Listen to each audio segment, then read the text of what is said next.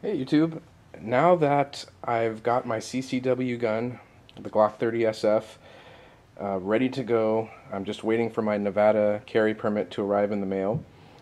I decided that it was time to get serious and get a good carry system together.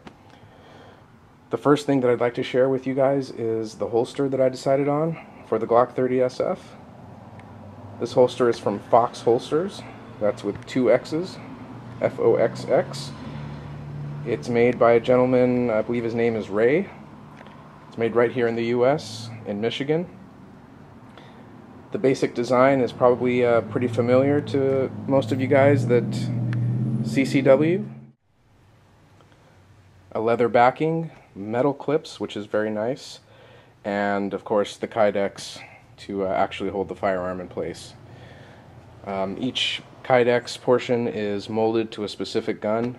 He offers holsters in most of the popular carry guns that are out there now: Glock, M&P, Springfield XD, etc. Let me just give you a little close-up of it here. Got some nice Kydex material. There's the metal clips, which I prefer over plastic or Kydex clips. I just prefer metal. It seems like they are more sturdy. Let's take a look at the back. There you can see the 21, referring to the Glock 21. It's the same holster as the Glock 30s. I picked this one up with shipping for about $39. Made in the US, just like the crossbreed. It may be a little bit thinner than the crossbreed, but because I can only carry out of state when I go out of state, I felt that I could buy this product and it would serve me well. So let's go ahead and try the gun in the holster and see how it fits.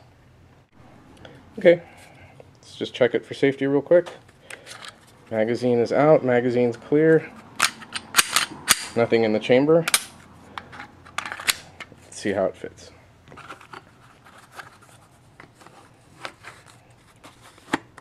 Goes in there nicely.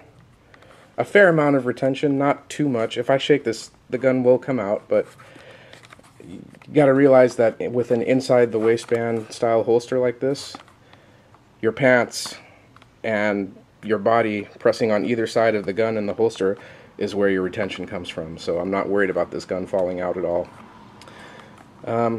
If I had a gripe, the only small gripe I have is that the trigger guard doesn't completely cover the trigger. It's very minimal. Let me reset the trigger and you can get a better look. Okay, so the trigger has been reset. It's forward. Even though the trigger guard doesn't completely cover, or the holster doesn't completely cover the trigger guard, I doubt anything's going to get in there and accidentally pull that trigger. Still, it would have been nice if this Kydex went back just a little bit and completely covered the trigger guard. Not really a deal breaker though. So now that I've got a real pretty decent quality holster, I figured it was time to get serious about the belt. This is probably one of the most overlooked areas in a CCW system, is having a good belt. I know a lot of people will just use a regular dress belt and probably get away with it, but that gun is always going to sag. Those casual and dress belts are not designed to handle the size and the weight of a gun. So I purchased this dedicated gun belt from Bullhide belts. As you can see, this component is also proudly made in the USA. I'd mess around at home with holsters and just use my regular belt that I wear with my jeans, and that's fine for trying on in front of the mirror. But when you're out there, actually carrying a gun out on the street, you can't skimp on that stuff. And this thing is quite stiff, just a kind of a beast of a belt. I have no doubts that this is going to be able to, sorry I keep bumping the tripod, I have no doubt that this is going to be able to support the weight of that Glock 30 and not drag and just kind of stay in the same place and be comfortable. A good gun belt, paid about $65 for it out the door. There are some gun belts that are a lot cheaper, some that are more expensive. So I'm actually going to put this belt on with the holster, and let's take a look and see how it does in terms of concealment and just general appearance. Be right back. Okay guys, just to make this as accurate and informative for you as possible, I went ahead and loaded up 10 rounds of 45. We're going to put it into the Glock 30, and we are not going to chamber around. So 10 rounds of 45, a lot of people carry one without a round in the chamber anyways, so this will be close enough. I don't think that one round's going to make too much of a difference. So let me go ahead and holster the gun here. Holstering is pretty smooth, it just kind of snapped right in. I'm wearing a fairly loose fitting shirt. I didn't want to cheat and wear a shirt that's way too big because that's not going to be very helpful for you guys. So here it is. It's on this side. Hardly prints at all, if any. The trick is to kind of wear it at not directly at 3 o'clock. 3:30, 4 o'clock position, that helps a lot. And also keep in mind that I'm not really a big guy at all. If you're a taller, larger frame, then you can have an easier time concealing. But I'm not a big guy by any means, and I can conceal this pistol just fine. Draw is pretty smooth. Reholstering is nice and easy.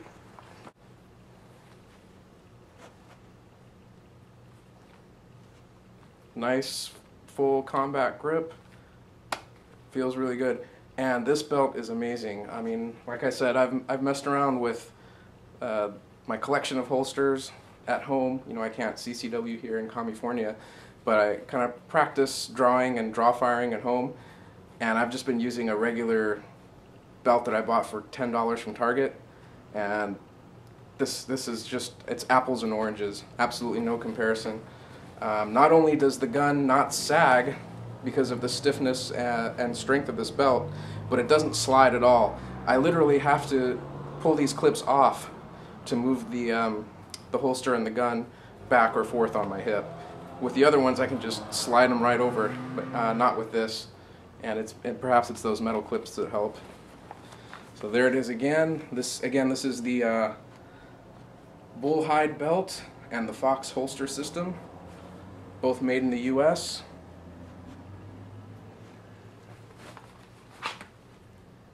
Nice even draw, smooth draw, good reholstering. And I just want to try something out just for fun, just out of curiosity. So just for the hell of it, I brought out my Glock 20 SF, full-size 10mm pistol. It's the same size as the Glock 21 and Glock 21 SF, the 45 caliber version. And the 10mm and 45 ACP Glocks, they all go into the same holsters. This one's unloaded, empty mag, nothing in the chamber.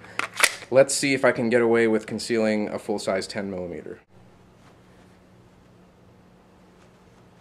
I've got my Glock 20 in there, unloaded, but it's really, that's not the point. I know that this belt's strong enough to support a full-size Glock as well as a compact, and there it is. 10 in California, 15 in almost every other state, rounds of 10mm at your disposal. Make that 15 plus 1 if you carry one in the chamber. With the reholster. So yeah, that's pretty awesome. For someone of my size and my frame, if I wanted to, I could rock a 10mm Glock as a CCW gun without too much problem.